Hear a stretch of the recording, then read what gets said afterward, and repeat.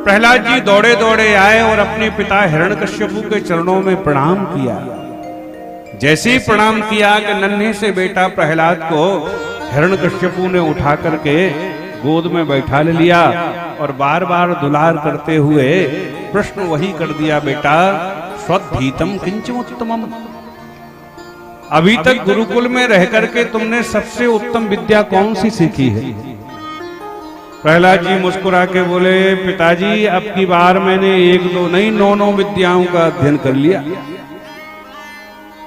हिरण्यकश्यपु सोचता है 9 प्रकार की कूटनीतियां सीख के आया होगा, और प्रहलाद जी तो सुनाने लगे भगवान की नवदा भक्ति।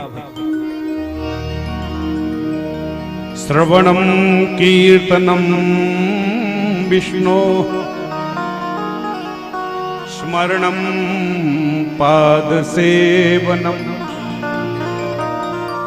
अर्चनम वंदनम दास्यम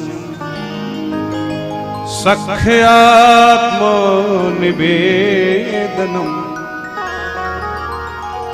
हाथ जोड़ के कहते हैं, पिताजी कानों से यदि कुछ श्रवण करना है तो भगवान के गुणानुवादों को सुनो, क्योंकि जिनके कान भगवान की कथा में नहीं लगते वो तो सर्प की बामी के समान है।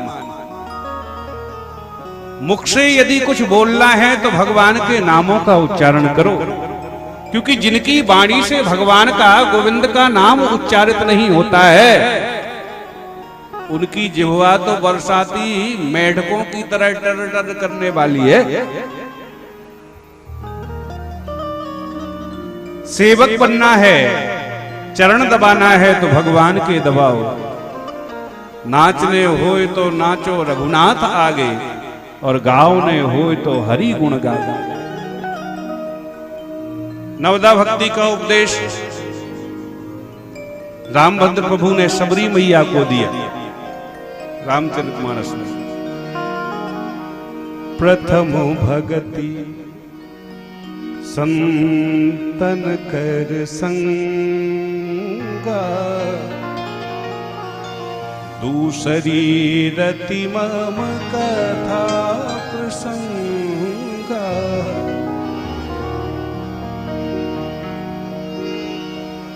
नवदा भक्ति का उपदेश देके भगवान रामभद्र प्रभु जब जाने लगे तो सबरी मैया ने हाथ जोड़ करके प्रार्थना करी, महाराज वैसे तो मैं नारी हूं और वैसे भी मेरी अवस्था भी बुद्धि हो गई है, तो आपने जो नवदा भक्ति का उपदेश दिया है वो तो बहुमूल्य है, पर जैसे ही आप जाएंगे मैं सब विस्मित हो जाऊंगा। तो ऐसा कोई उपाय नहीं है कि एक के करने से 9 प्राप्त हो जाए?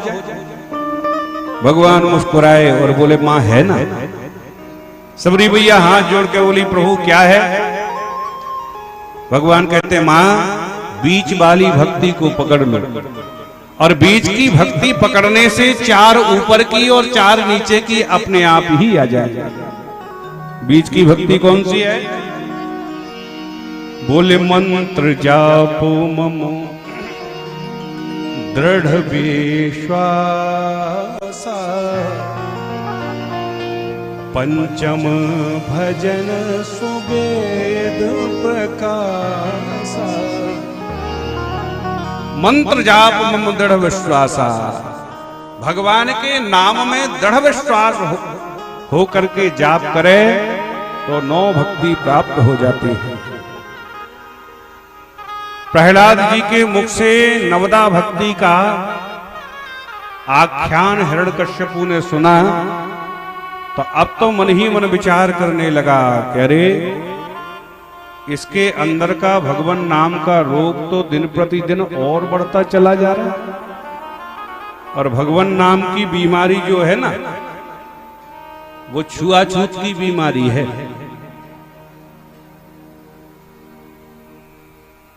कोरोना की तरह फैलती।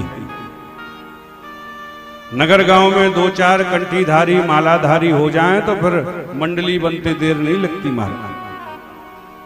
तो बीमारी लाइलाज हो, छुआछूत की हो, इलाज कुछ हो नहीं, तो क्या करें?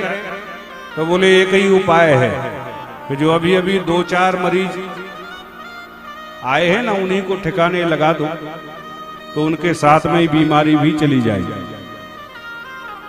तब तो प्रहलाद जी के ऊपर अनेक अत्याचार कराना प्रारंभ कर दिया हिरण्यकश्यप ने। हाथी से कुचलवाया, जल में डुबाया, अग्नि में जलाया, भोजन में विष मिलवाया,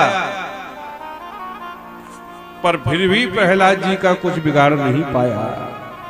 और इतने समस्त अत्याचार कराने के बाद भी प्रहलाद जी किसी से भी कोई बदले की भावना नहीं रखते, क्योंकि वो तो यही सोचते हैं राम नाम जपताम कुतो भयम। मैं अपने भगवान का भजन करता हूं, भला मैं किसी से द्वेष क्यों मानूं? दिग्गजई दंत सूकश्च अभिचारा विपातने, अभिचारा विपातने। और भगवान जिसके रक्षक हों, भला संसार में उसका कौन क्या बिगाड़ सकता है? जाको राखे साइया, मार सके नहीं को ये, बाल न बांका कर सके जो जग बैरी हो